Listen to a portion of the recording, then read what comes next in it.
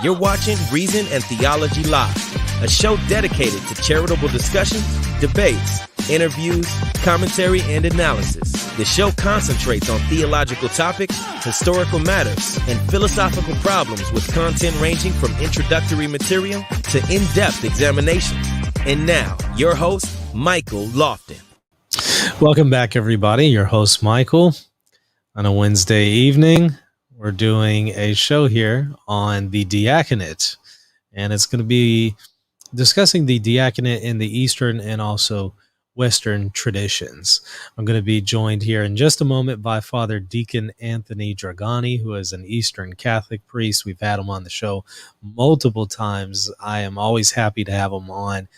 I learn a lot every time, and he has been very, very informative and helpful in communicating the faith, especially from an Eastern Catholic perspective. And I think a lot of people have really appreciated that so far. So we're going to bring him back on for this discussion on the Diaconate. And in fact, this is an area he's very passionate about himself. And so we thought this would be a really good topic. He is a deacon himself, again, in the Eastern Catholic tradition. And by the way, just so that y'all aren't confused, we call him Father Deacon because in the Eastern tradition, you call deacons by that title. So again, he is a deacon. He is very suited to speak on this topic. So I look forward to bringing him on next, Father Deacon Anthony Dragani.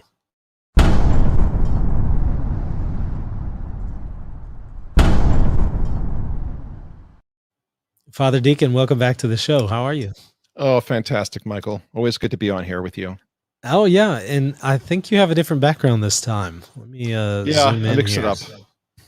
I like it. Yeah. And you got some, I got some icons in the back. Is that, I think the one to the right of, well, it's actually to the left of you. I think that's Jesus the teacher icon. Yes, it is. It is. And the one on the left of the Theotokos and Jesus, I forget which one that one is. Do you know offhand? Is that the Our Lady? Not offhand. That's not Our Lady of Perpetual Help. I don't No, know. it's not. Okay. Anyways, I love the icons, though. And again, glad to have you back on. You know, we're discussing the diaconate in the Eastern and also Latin tradition. And like I said, you're a great person to have on to discuss this. So I'll just let you take the floor wherever you want to go with it. Because I know you've done, I think you did some formal research on the diaconate. Is that not correct? I did. I spent about a year researching it in depth, and I wrote an article. It was published in the Josephinum Diaconal Review. And if you're interested in reading that article, as a matter of fact, EWTN has it in their online library. So if you go to EWTN's website and type in my name on the library page, it should come right up. It's called Deacons, Emissaries of the Kingdom. Excellent. Yeah. Okay. Well, hey, take it wherever you want to go with this topic. Sure. So growing up, I only encountered deacons at first who were on their way to the priesthood. Mm-hmm. And as a kid growing up in my community, I thought deacon was synonymous with seminarian. Mm-hmm. I actually thought that anyone studying for the priesthood was called deacon because that was my experience as a child. If a deacon came along, that was somebody who was going to become a priest. But I remember having an experience that surprised me. When I was a teenager at my parish, we got a new deacon who was not on his way to the priesthood. He actually was an older man. He was married. He had kids, he had grandkids. And he was actually one of the first, what they'd call, permanent or long-term deacons in my region. And I remember when I first heard he had arrived, people were talking about him. And some people who were very involved in the church referred to him as being a lay deacon. I'd never heard that term before. They called him a lay deacon, which, as we know now, is not accurate, right? Deacons are clergy, not laity. But they called him that because he was married. So in their minds, he wasn't really clergy. But he himself turned out to be a phenomenal deacon. He was a great preacher. He ran Bible studies.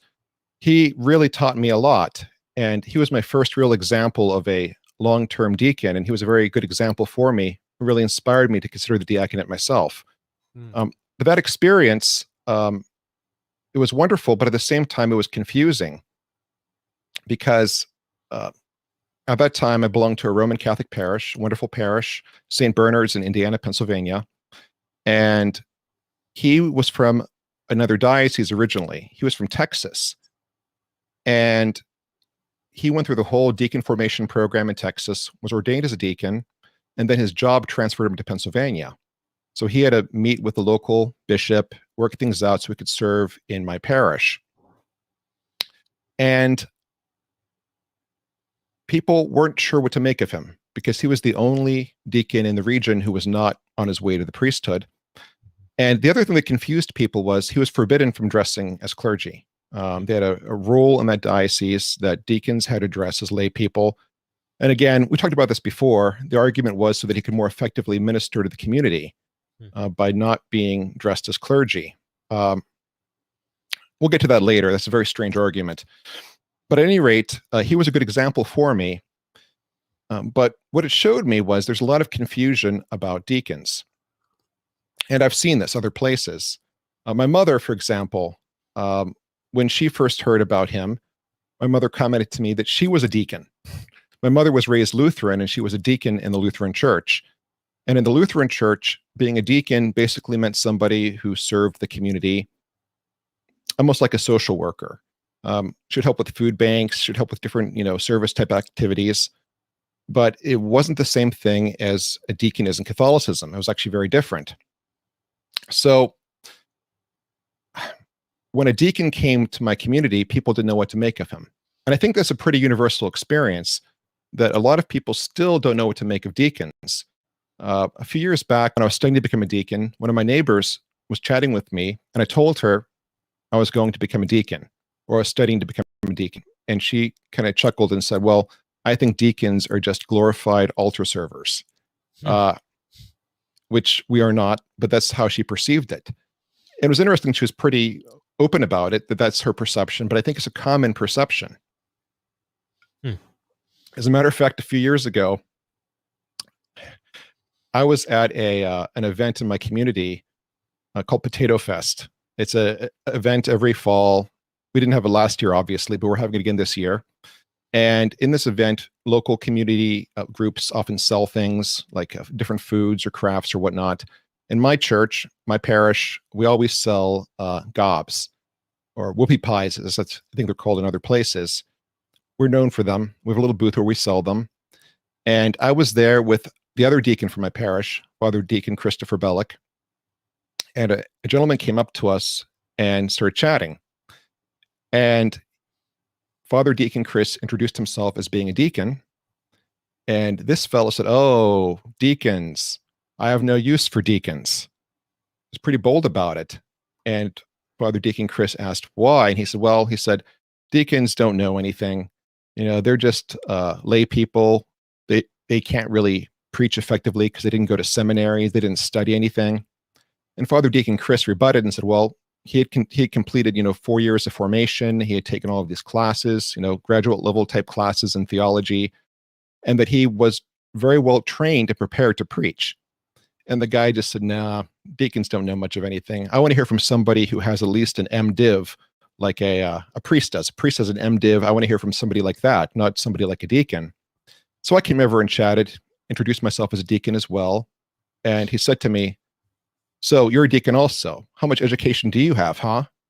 And I said to him, well, I have a PhD in theology. He was a little surprised. He said, a PhD in theology? I guess that's almost as good as an MDiv. But again, that's the attitude. The attitude is that deacons don't know much. The attitude is that deacons oftentimes are not prepared. And again, a lot of misinformation.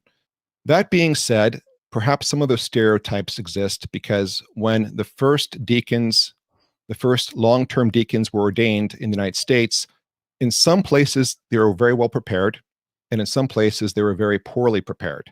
I've heard horror stories of deacon formation programs that were extremely bad, where the guys came out, didn't know the basics of theology, and were not really prepared for any kind of effective ministry. That happened in many places. But thankfully, most places have done a very good job of preparing deacons. But that, again, adds to the confusion. But a bigger part of the confusion is this. It goes back to a translation problem from 19th century Germany. So what happened was, in 19th century Germany, a number of scholars were looking at the word diakonos. It's the word in the New Testament in Greek, typically translated as servant. Mm-hmm. But they were looking at this and they were translating it as being one who engages in humble service of the needy. Okay. And that's how they interpreted it. One who engages in humble service of the needy. That really is not the actual meaning of the word historically, but somewhere in Germany, this interpretation started. It's hard to say where exactly, but there was a German New Testament scholar named Wilhelm Brandt who published articles talking about it being service to the needy, diakonos, and that found its way into one of the very popular lexicons of the Greek New Testament from that time period. So this caused the diaconate in the German Lutheran Church to take on the appearance of being social workers, where their primary ministry was helping the poor, helping those in need. Again, wonderful things. But it was limited to that for the most part because of how they mistranslated that word diakonos. Now, we know now that diakonos actually meant something very different. It meant servant, but the question is service to who, right? The mistranslation put the emphasis on serving the poor and the needy, but the actual word diakonos, as used in antiquity and as used in the New Testament, meant service to a higher authority or service on behalf of a higher authority. 1 second here. Yeah. So, for example, in the New Testament, when it talks about diakonos, it always means somebody who's sent on behalf of another or somebody who's operating on behalf of a higher authority. And in the ancient world, you see that in the literature. Very oftentimes, diakonos was used in ancient Greek texts to talk about service on behalf of the gods, or service to the gods, or service on behalf of a king or a ruler or a lord of some kind. So that's really what it meant. But because of the translation error in 19th century Germany, the German Lutheran diaconate was conceived as being a type of social work. And when the Catholic Church really restored the diaconate as being a long-term permanent order, they kind of looked at the German Lutheran model and they kind of went along with that translation error. What's interesting now, by the way, is if you look at newer lexicons, they don't translate diakonos as humble service to the needy. They actually translate the word to refer to service on behalf of a higher authority. Oftentimes the word agent is used, or emissary is used, or herald is used. That's the more correct translation. But because of that particular accident of history, when the Catholic Church restored the diaconate as a permanent order, which took place after Vatican II, they really modeled it after the Lutherans, and deacons came to be seen as primarily social workers. Now that leads to another problem, which is service on behalf of the needy isn't something limited to an order of clergy. That's really the duty of every Christian. Every Christian is called to do that, and every Christian can do that effectively. So if that's the sole purpose of being a deacon, service to the needy, service to the poor, if that's the sole purpose of being a deacon, why do you even need deacons? when really that's the duty of every Christian. And for that reason, a lot of places never restored the diaconate or resisted it for long periods of time. My understanding is in Africa today, they still don't have permanent deacons because they instead have lay catechists who they believe, do the necessary work. They see no need for deacons. I remember reading an interview with a prominent Roman Catholic bishop a few years back, and they're talking about his diocese and the great success they had with vocations. And he was asked about deacons, and he said, well, we don't have permanent deacons in my diocese. There's no need for them. We have lay people who do that kind of work. So if you reduce the diaconate simply to being a social worker, it seems there is no need for deacons. But on the other side of it, if you look at the early church, deacons were seen as fundamental, foundational even. If you read through the letters of St. Ignatius of Antioch, who was writing in the early 2nd century, he even says, this is a quote from him, "Without deacons, there is no church." And he talks about deacons being in the image of Christ. He talks about the bishops being in the image of God the Father, and deacons are in the image of Christ because Christ was sent on behalf of the Father to carry out his will. In the same way, deacons are sent on behalf of the bishop to carry out his will. And he talks about deacons as being essential to the church. And that really was the perspective throughout much of Christian history. So there needs to be a recapturing of that at some point. I'll pause for a second and ask if you have any questions or comments. Well, we have, in the book of Acts, this is where we first see deacons, at least as far as the office mentioned. And it's in the context of feasts or meals and servicing people at these meals. Can you maybe address that in light of what you're saying, that it's not service to the poor and things like that that primarily defines the diaconate? Right. Well, first of all, that particular section of Acts, there's some question as to how to translate what they're talking about when they say serving a table. We've always pictured it as bringing food to the poor and the needy, but there are some problems with that interpretation, and I'll tell you what it is. So a few lines before that in the book of Acts, it talks about how the early Christians shared everything, and it said that nobody was wanting for anything. It actually says that in so many words. I forget the exact language used, but it says that nobody was in need, nobody wanted for anything. Everyone was taken care of. So later on, there's this discussion about what to do with the widows who spoke Greek as opposed to the ones who spoke Hebrew. And there was this need, it says, to serve at table for them. And we've always interpreted that as meaning food, but it may not have been that. It may have been more of a ministry of sharing the gospel, of just being there for them, tending to them. But it may not necessarily have been one of being a waiter at table. One possible interpretation is that the apostles were very busy, preaching the gospel to larger groups, and they needed people to go and share the gospel and tend to the spiritual needs of these individuals who they could not necessarily be there for. But even if it was just bringing food to hungry people, if that was the correct interpretation of it, the key thing isn't that they're bringing food to the hungry. The key thing is they're doing it on behalf of the apostles. The apostles cannot be there themselves, so the first deacons are carrying out this ministry as agents of the apostles.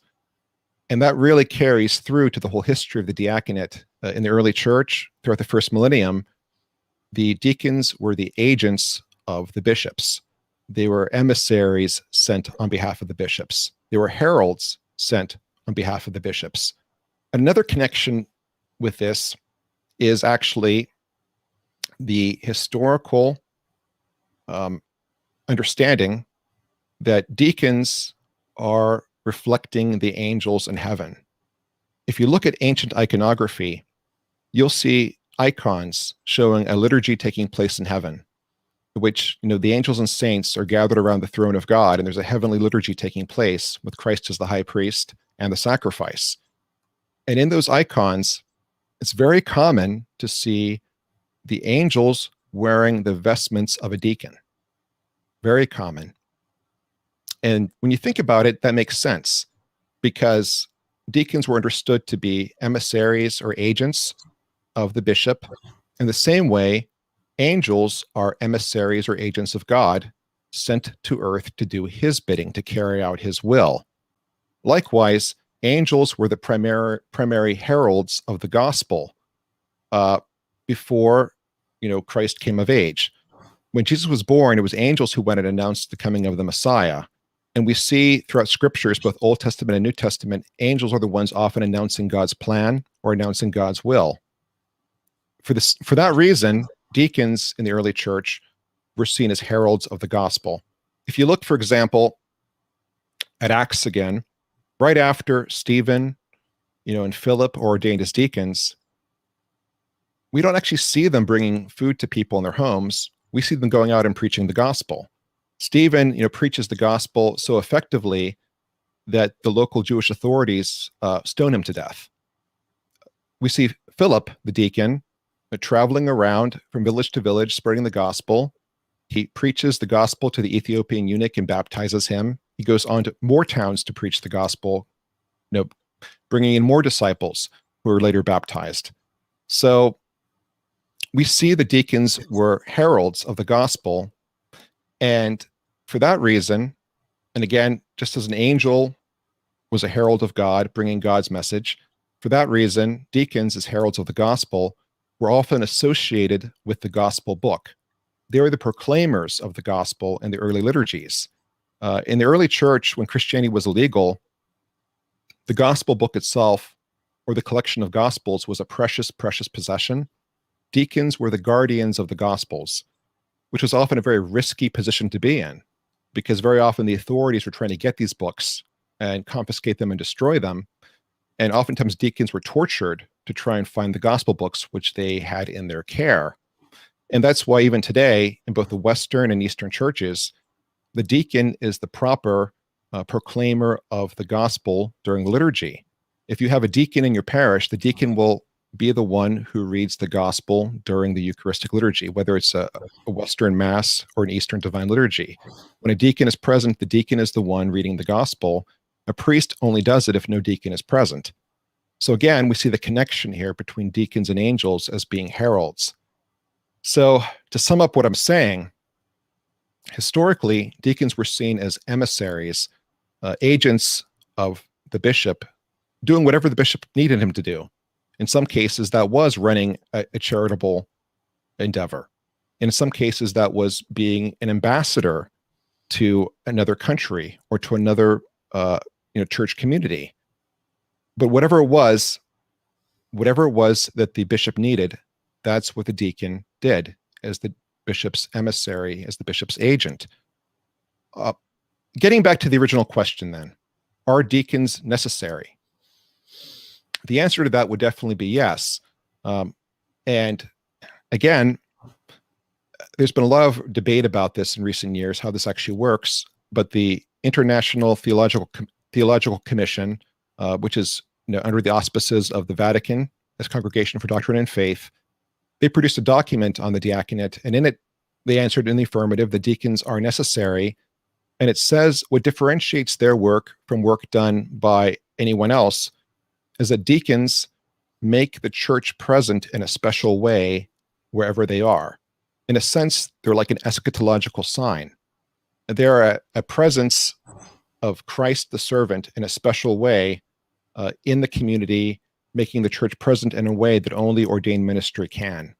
So in that sense, deacons are seen as necessary. Again, if you reduce the diaconate to just being social work, you don't need ordained men to do that. Anyone can do that.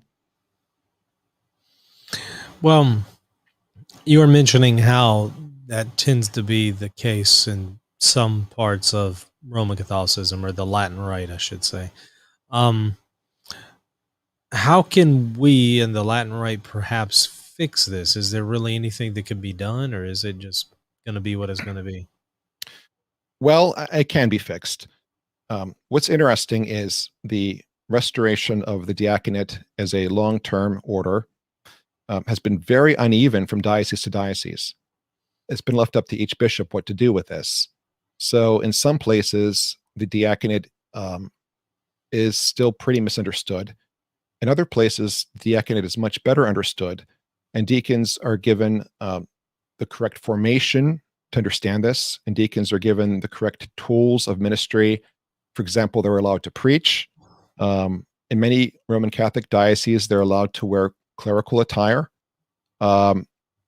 So this misunderstanding isn't universal. It really varies from place to place, from diocese to diocese, but it's been pretty uneven across the board. But can that change? Absolutely, it can change. As understanding of the diaconate increases, I think we'll see it changing more and more. Yeah. Now, can you talk to us a little bit about the diaconate historically in the Eastern tradition? It sounds like in the Eastern tradition, this was never a tradition that was lost like it somewhat has been in the Latin West. Is that the case, or has it been kind of a rough history in the East as well? Not as rough as it was in the West, no. In the East, the diaconate has always existed as a, I'm going to use the term long-standing order. I'm not going to say permanent, because the idea of deacons being permanent deacons, that's more of a novelty. What I mean by that is, in the Western Church today, they often talk about permanent versus transitional deacons. And the permanent deacons are the ones, who are deacons for life, whereas transitional deacons are the ones on their way to priesthood. But in the Eastern Church, we never make that distinction. A deacon is a deacon. And many deacons do go on to become priests, but many deacons stay deacons for life. Ultimately, it's up to the bishop what the bishop wants. I personally love being a deacon. I'd love to stay a deacon for the rest of my life, but ultimately, it's the bishop's call what happens. But anyway, in the Eastern churches, deacons as a long-standing order was never diminished or vanished like it did in the West. And in the West, this didn't really happen until more of the medieval period is when you see the diaconate as a long-standing order begin to fizzle out. As a matter of fact, as late as the Council of Trent, there were 3 presidents of the Council of Trent, 3 people who oversaw the council. One of them was a deacon. As late as the Council of Trent.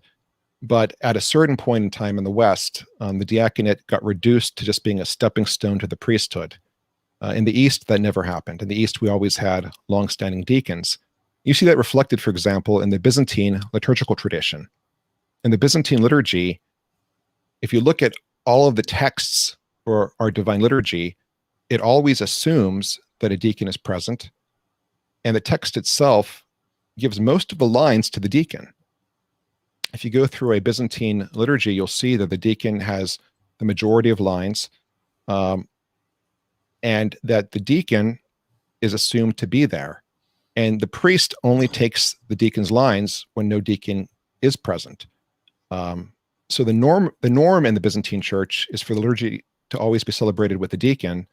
The liturgy without a deacon is actually, historically, that was more of the exception rather than the rule. And that's because deacons always existed as a long-standing order in the East. Well, can you also maybe talk about women deacons or deaconesses? Could you maybe talk to us about the history here? Because when we talk about the diaconate in both Latin West and East, it seems that there have been deaconesses in both. Can you maybe speak on that a little bit? Yes, that is true. Deaconesses were definitely a fixture, throughout the first millennium in both West and East, although they kind of faded away in the West a lot faster than they did in the East. And the reason for deaconesses originally was that baptism was done in the nude. When a lot of adult women were being baptized, especially when Christianity was first legalized, you had waves and waves of adult women getting baptized. You needed somebody there who could assist with this while preserving their modesty. But the deaconesses did other things too. They were involved in ministry to the poor. Very often they'd help those in need. They'd minister to women in the community. They had an important role. But the question is, were they the same thing as a male deacon? If you look at the practice of what they actually did, their role was very different than that of a male deacon. The male deacon always had a liturgical role, both in the West and in the East. The deaconesses never had a liturgical role. it was always more of a role of service to the women in the community. And as I mentioned, in the West, it faded out pretty early. In the East, you always had deaconesses, but it became very, very restricted. Primarily, you found deaconesses in convents, where they would minister to women in the convent. Beyond that, you didn't typically find them at all other places. But the title is similar, right? Deacon, deaconess. But the order is actually a very different order because their function has always been different. Now, I've encountered people who argue that deaconesses and deacons are exactly the same. There's no difference. Any difference is artificial. But again, if you look at the ministry they engaged in, it's clear that they were a very different order. Now, in the East, in the Byzantine tradition, the rite of ordination for deaconess has a lot of similarities with the rite of ordination for deacon, many similarities. But again, after they were ordained, their ministry was very, very different, which would lead many people to believe that it was a different order, not the same thing as a deacon. But from a Catholic theological perspective, there's another issue as well, which is the sacrament of holy orders is one sacrament. You don't have three separate sacraments of holy orders for deacon, priest, and bishop. You have one sacrament of holy orders through which deacon, priest, and bishop come to be. They're connected. They're connected. So from a Catholic perspective, if you say that deaconesses share in the sacrament of holy orders as a deacon does, it's hard to argue then against women being ordained as priests or bishops. So from a Catholic perspective, the tendency has been to not consider the deaconesses of the early church to have had the sacrament of holy orders, but rather to be more of an instituted ministry. Instituted by whom? The church, or by the apostles, by Christ? By instituted, I mean, instituted, given a commission from the bishop. They're instituted by their bishop. Now, but was this not something that we found in the New Testament? Can you maybe speak to that? Because it seems like Paul uses the term deaconesses. Does that mean this was something instituted by Christ, or was this something else? So the primary example of Paul using this term in the New Testament is when he sends Phoebe to a community. I forget which letter that is. In one of the letters, he says, I'm sending to you, and he uses the term like diakonos. I forget the exact Greek variation of it, but often translated as deacon Phoebe, right? And then it says she's collecting money to bring to the church in Jerusalem. I believe that's the exact instance of it. If you look at what he's talking about there, he's talking about sending somebody as his agent, as his emissary, to collect money on behalf of him to go to the church in Jerusalem. So it's very likely he's using that term there not to refer to an order of ministry, but rather he's using it to refer to a person carrying out a specific task on his behalf, which goes back to the word diakonos, meaning emissary or agent. Okay. Now, Silent Knight asks, were deaconesses ordained? You kind of touched on this already, but I'll add a follow-up to it. It looks like, I think it was the Council of Nicaea 1, some of its canons talk about the rite of ordination for women deacons, and it seems very similar. It has the laying on of hands, for example. Right. You already touched on this a little bit. You said it was very similar to the male ordinations, but when you have something like the laying on of hands, does that not then communicate a sacramentality aspect to it? So ordination and the sacrament of holy orders are not one and the same. In the tradition of the Catholic Church, you can have people who are ordained who do not receive the sacrament of holy orders. For example, in the Western Church, they used to have minor orders, right? In the Eastern Church, we still have the minor orders. We have reader, subdeacon, acolyte. They're ordained. They're an ordained ministry, but it's not considered to be the sacrament of holy orders. So you can have somebody who's ordained to a ministry, but it's not the sacrament of holy orders per se, as we understand it. Yeah. That being said, I would just want to clarify something before I get myself into hot water. I personally am not opposed to deaconesses. I'm not. Whatever the church decides on this, I'm perfectly fine with. If the church wants to institute an order of deaconesses and model it after the male diaconate in every way, that's the church's decision. I'll trust the Holy Spirit is guiding it. I'll get behind it 100%. I'm just giving you the facts as I understand them. But ultimately, what the church decides on this, I'm fine with either way. You would just say they're not sacramentally ordained. Again, that's my understanding of it. Mm-hmm. But again, if the church decides otherwise, the church knows better than I do. Yeah. But I think then it does pose some problems because, like you said, that's then intimately connected to the priesthood and bishops, and now we become the Anglican Church. So, well, the problem is that's where it began in the Anglican Church was with deaconesses, right? The first thing that happened there was the deaconesses, and then after that they had the women priests. After that they had the women bishops, and then down the road they're having gay weddings, and they're having collections to raise money for Planned Parenthood, and so many people see that as being the turning point in which the Anglican Church kind of went off the path of traditional Christianity. I'm not sure it was the turning point, but many people identify it as such. It was definitely a very visible change. Can you maybe comment on the Patriarch of Alexandria and the Eastern Orthodox Church who recently ordained some deaconesses? Do you know much about them? Are they perceived as sacramentally ordained, or some other distinction at play? My understanding is, and again, it's been a while since I read about this. It happened a number of years ago. I read numerous articles about it. My understanding is the ordination he used would be that of a subdeacon, not of a deacon. So he used a rite of ordination that'd be used for a subdeacon, which is a minor order, as opposed to a major order.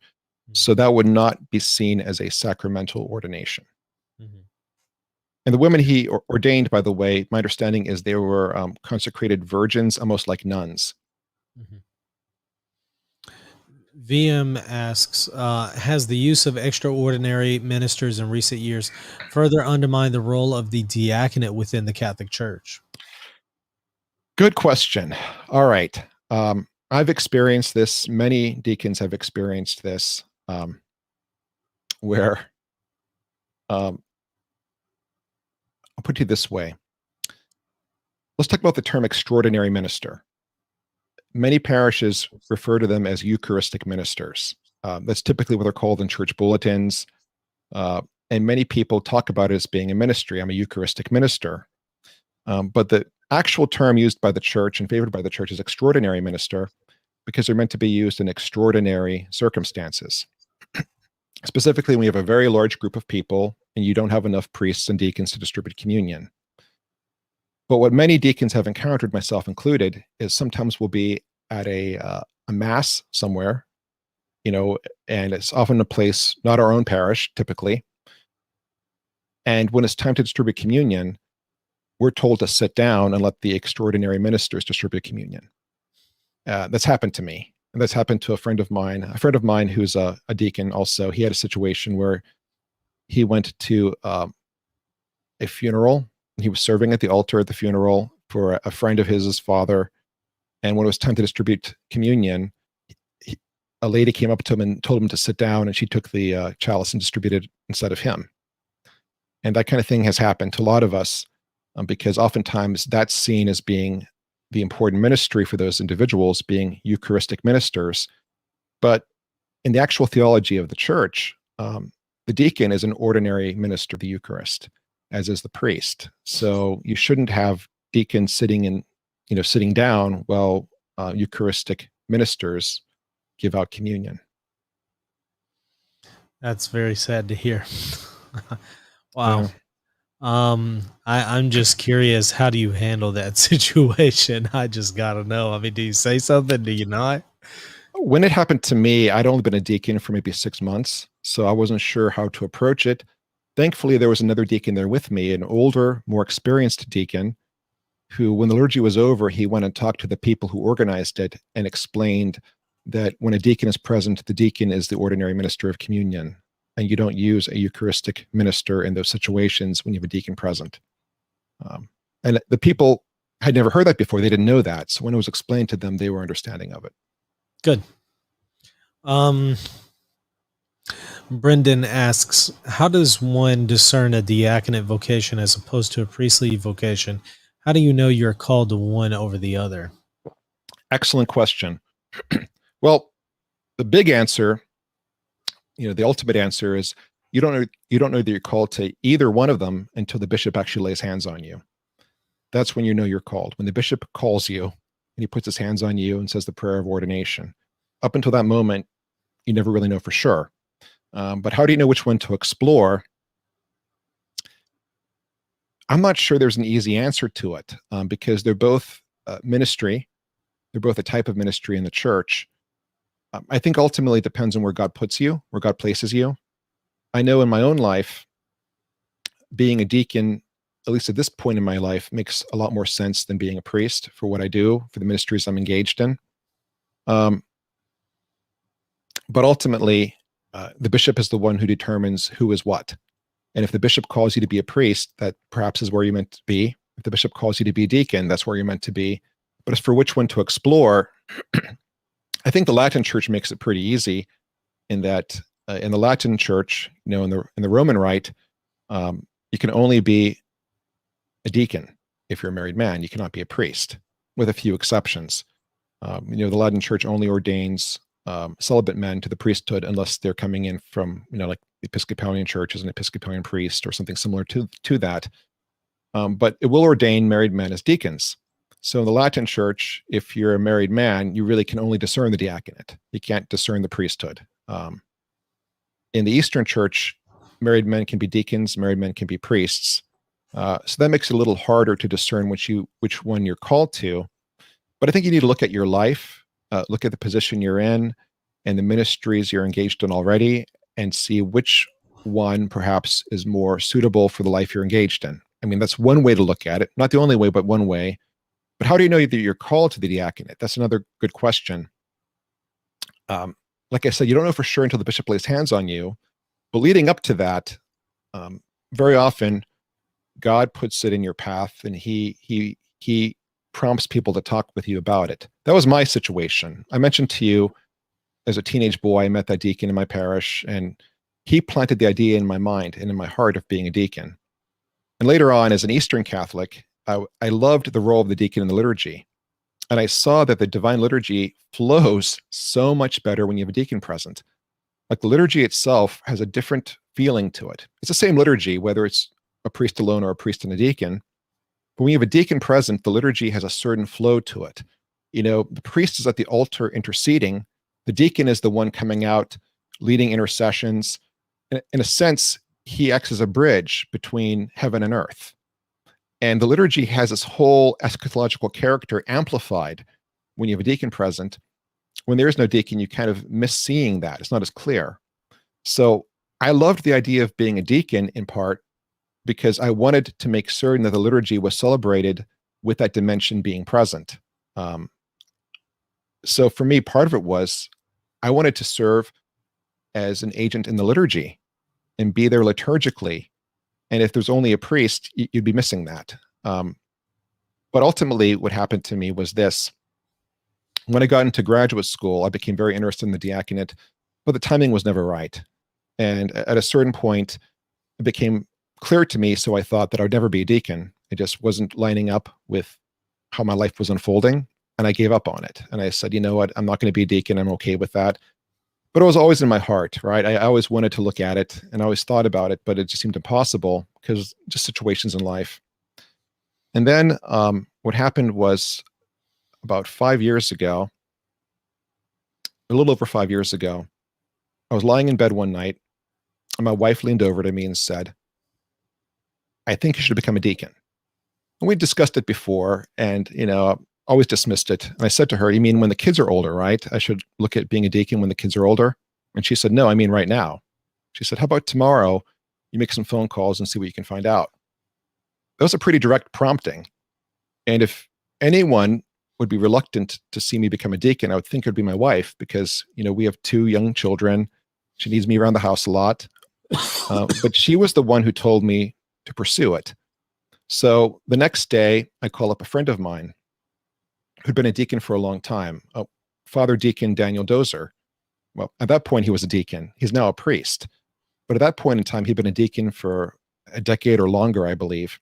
So I called him up for advice as to what to do. And we talked on the phone, and as we were talking, he said to me, right now, I'm driving in the car to see the director of the diaconate for your diocese. Let me put in a good word for you. Like, okay. And then he called me back a few days later and said, they have a new class of deacon formation starting in, I think, 3 weeks or 4 weeks. They want you there. So literally, it just fell in place. And as I mentioned before, I looked into this and it just seemed impossible. All of a sudden, everything just fell in place. And it also happened that there was a man from my parish who was also in formation to become a deacon. Father Deacon Christopher Bellick. He's like a brother to me. He's like the big brother I never had. And he and I went through formation together. And it was great because I had a buddy to travel with to, all the classes, all the residencies and everything. And it just fell in place so easily. And then the day came and the bishop, laid hands upon me. And when that happened, when he laid his hands upon me, my head was on the altar and he said this prayer. Part of the prayer was for the Holy Spirit to come into me to make up for whatever was lacking. I felt a change. I felt something change in me. It was a tangible, strong feeling. And I've never felt the same since. I felt that I changed in some way, and I've never felt like my old self ever since then, in a really good way. And what I've seen is that God has used me in ways I never thought possible since my ordination. The grace is really there. The Holy Spirit is working through it. He's using me to accomplish things I thought I'd never be able to accomplish, not by my power, but by His. So it's a real thing. The Holy Orders really is a real thing. And it leaves a change. It changes you. And I've experienced that firsthand. But again, I didn't know for sure what was going to happen until the bishop laid hands upon me. But boy, when it was time, God made it easy. Everything just fell in place so perfectly, I could never have imagined it. So for me, that was a very clear sign that I was on the right path.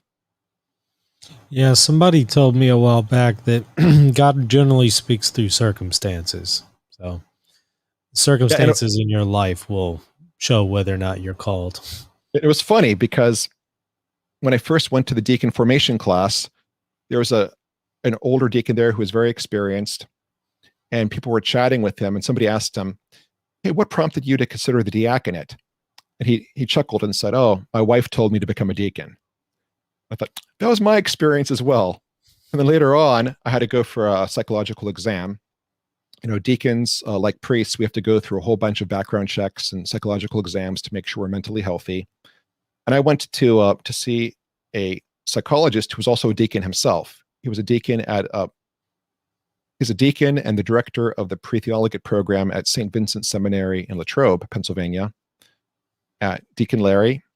And he asked me what caused me to consider the diaconate. And I said to him, I said, well, my wife told me to look into it. And he laughed and said, yeah, my wife told me to become a deacon too. So very often the wife is the agent that God uses to give you that push that you need. I can tell you right now, if it wasn't for my awesome wife, Vanessa, I would not be a deacon right now. I'd be living my life and still toying around with the idea in the back of my mind, but I never would have acted on it if she hadn't given me the push that I needed. Francesco asks, Father Deacon Dragani, can you describe the formation and ordination process for deacons? Certainly. And again, this is one of those things that varies from diocese to diocese. In Eastern churches, we call our dioceses eparchies, but it's the same thing. Each diocese does a little bit differently, but there are national guidelines that the bishops are encouraged to follow. Typically, you're looking at 4 years of formation. That's the norm. And it involves classes. You take a lot of classes in theology. You take classes in ministry, pastoral work, church history, liturgy, and it involves residencies. And again, this can vary from diocese to diocese, but typically you go away for periods of time, sometimes live in a seminary or a seminary-like environment where you're given in-depth formation. You have a mentor you work with, usually an older, more experienced deacon. You have a spiritual director. Spiritual direction is an important part of the whole process. but it's rigorous. It takes a lot of time. It takes a lot of energy. And during that 4-year period, you don't have much free time. It pretty much consumes every free moment you have. And during this whole time as well, you're also working in your parish. You're kind of being mentored by your pastor, assisting your pastor in various capacities, learning from your pastor. For me, I shadowed my pastor, throughout most of the formation process, and it was a great experience for me. I learned so much from it. But it's intense. It's intense. But when you consider the fact that this man is going to be ordained as a minister of the church, you want to make certain that this is somebody who has the skills necessary to succeed in ministry for the benefit of God's people. Because if you have a poorly formed deacon and you unleash him upon the community, he can do a lot of damage. I can only imagine. Mm-hmm. It reminds me of poorly formed priests too. Yes, absolutely. Well, I don't see any other questions, so let me just maybe close with this. Do you have any final comments on this topic that we didn't get to that you wanted to address? Not really. I think you hit upon most of them. The key thing is this: that deacons, they serve a vital role in the church, and I really hope that people come to understand more what a deacon actually is, and can appreciate their ministry. Yeah. And I definitely am one of those. I appreciate your ministry, what you do. You've been really helpful. Like I said, very insightful, as I mentioned at the beginning of the show. I'd love to continue to have you on when you're available to discuss anything that you'd like to do. You can count on it. I'd love that. Awesome. And everybody, thank y'all for your participation there in the chat. Great questions too, by the way. I really appreciated those. And of course, as I always say, don't forget to comment, like, and subscribe. Share this on your social media. Also check us out, patreon.com/reason and theology if you want to support us and also get access to extra content. And by the way, check out reasonandtheology.com. Go to St. Maximus the Confessor Institute page there on the RNT website. And you're going to be seeing some new lectures and series there from different professors and theologians and contributors. So definitely stay tuned. A lot of good stuff coming up there. We have a course, Introduction to Hebrew, that's going to be starting in about a week with Lewis. We have another person that I can't name them just yet, but they're going to do an intro to metaphysics, Catholic metaphysics. So stay tuned on that. So again, much more to come. So check it out. But once again, I appreciate you all watching. Take care. God bless.